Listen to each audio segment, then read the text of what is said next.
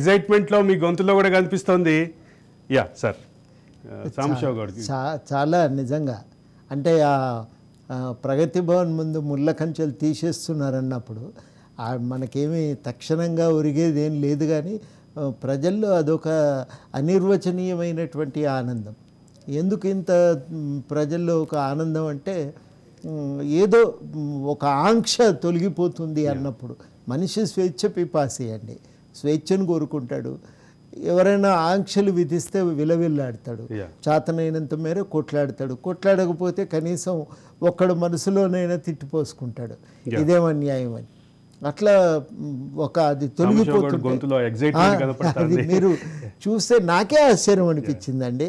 అంటే ప్రతి దగ్గర ప్రజల్లో ఈ పెళ్ళువికిన ఆనందం చూస్తుంటే నాకే ఆశ్చర్యం అనిపించింది.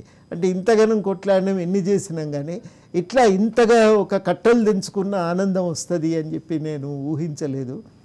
చాలా మనుషుల్లో ఒక తృప్తి, ఏమున్నది ఏం పోయింది తర్వాత ముచ్చట సార్.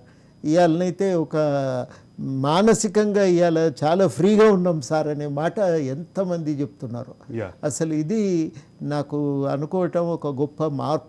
ఇది కేవలం ఏదో ఎన్నికల్లో ఓటమి అని నేను అనుకోవటం లేదు.